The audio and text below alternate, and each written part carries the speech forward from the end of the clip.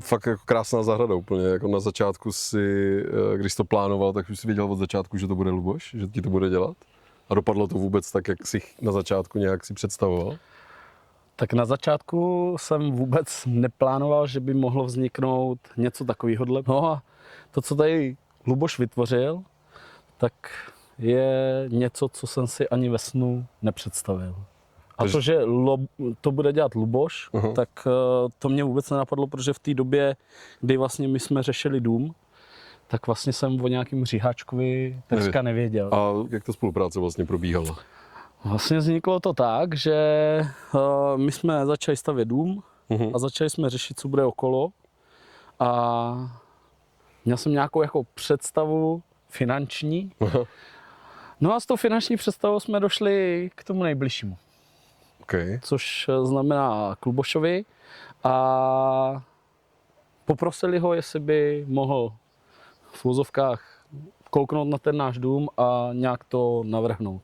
Jo. No a pak uteklo pár, možná týdnů, no a přišel návrh, kdy vlastně udělal něco, co jsme jako vůbec netušili, že by mohlo jako takhle vzniknout. A vlastně už prvotní návrh od Luboše byl asi to, co jako tady je teďka, protože on to vidí na rozdíl od nás. No a pak už to bylo jenom o drobných detailech, takže jo, bylo to o tom přijít za člověkem, který zahrady dělá. Jasně. A pobavit se o tom a vlastně dělám to vždycky tak, že poptám jednoho a neřeším jako nikoho dalšího. Jo. Takže myslím si, že jako v tomhle taky štěstí, že člověk kápl na člověka, který tomu rozumí a dělá to prostě tak, jak to dělá. No. Jo. A co údržba? Tady si děláš údržbu sám? Údržba je v úzovkách náročný to není, jako pro člověka, který si nějaký čas udělá, tak je to o tom, když vyrostou cibuloviny, tak se člověk pokochá, pak odkvetou, tak pošle manželku, aby to ostříhala. Týden se tady stříhají cibuloviny. No a pak začnou růst trvalky a začne růst tráva, tak trávu nahnojíme, posečem, uděláme vertikutaci a aerifikaci, když nám to nejvyšší nařídí. Ano. A vlastně to je asi celý, no.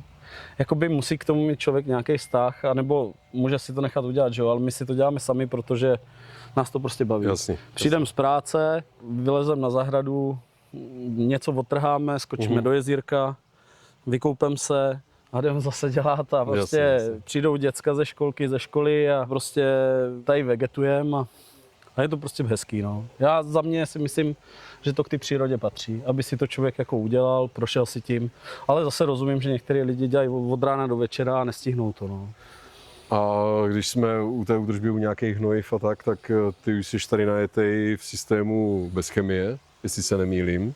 Je to tak, no. Vidíš třeba nějaký rozdíl, nebo jak to vnímá třeba rodina, že jo? Děti se ti tady jako běhají po zahradě, že jo? To je právě ta krásná nevědomost, si myslím, naší rodiny, protože děcka ve chvíli, kdy nahnojím, což jsem hnojil třeba 3 dny zpátky, 4, tak vlastně žaba vyjde po půl hodině ven, lehne si na trávu, rozevře knížku a čte si, že jo.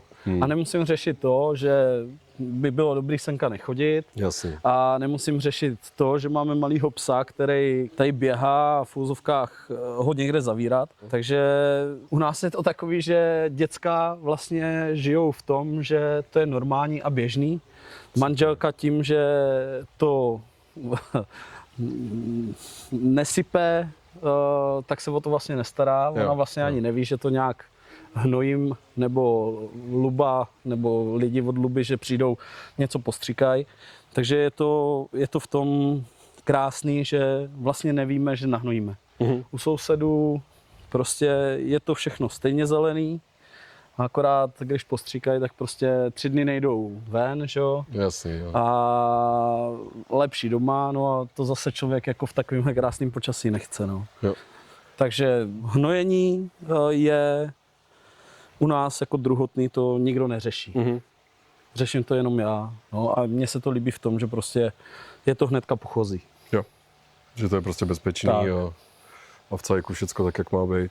No a hle, máš nějaký ohlasy třeba, nevím, od sousedů nebo od lidí, co ti semka přijdou třeba na grilovačku nebo něco, co ti na to říkají vlastně, na tu zahradu? Nebo... No, tak takhle, každý tu zahradu chválí, jak je krásná, nádherná. A většinou jako sklouzneme k tématu toho, že si jako začnou uvědomovat po tom, co já tady vykládám o tom, že v jezírku nemám chemii Jo. a že nemám chemii na trávníku a že vlastně tady se dá cokoliv utrhnout a sněst.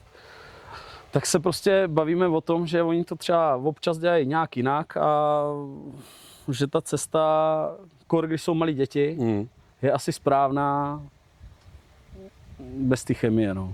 Jasně. Protože jako, myslím si, že jako lidi si to moc neuvědomují.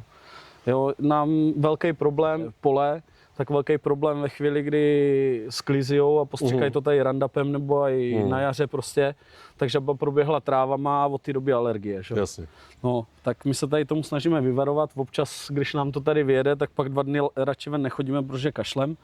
Ale s tím se musíme naučit žít, protože to je díky tomu ten výhled, že jo. No, ale... Dlouhá cesta ještě k tomu, než budeme moct do tohohle hrabat, že jo? No, jako asi jo, no. Bohužel.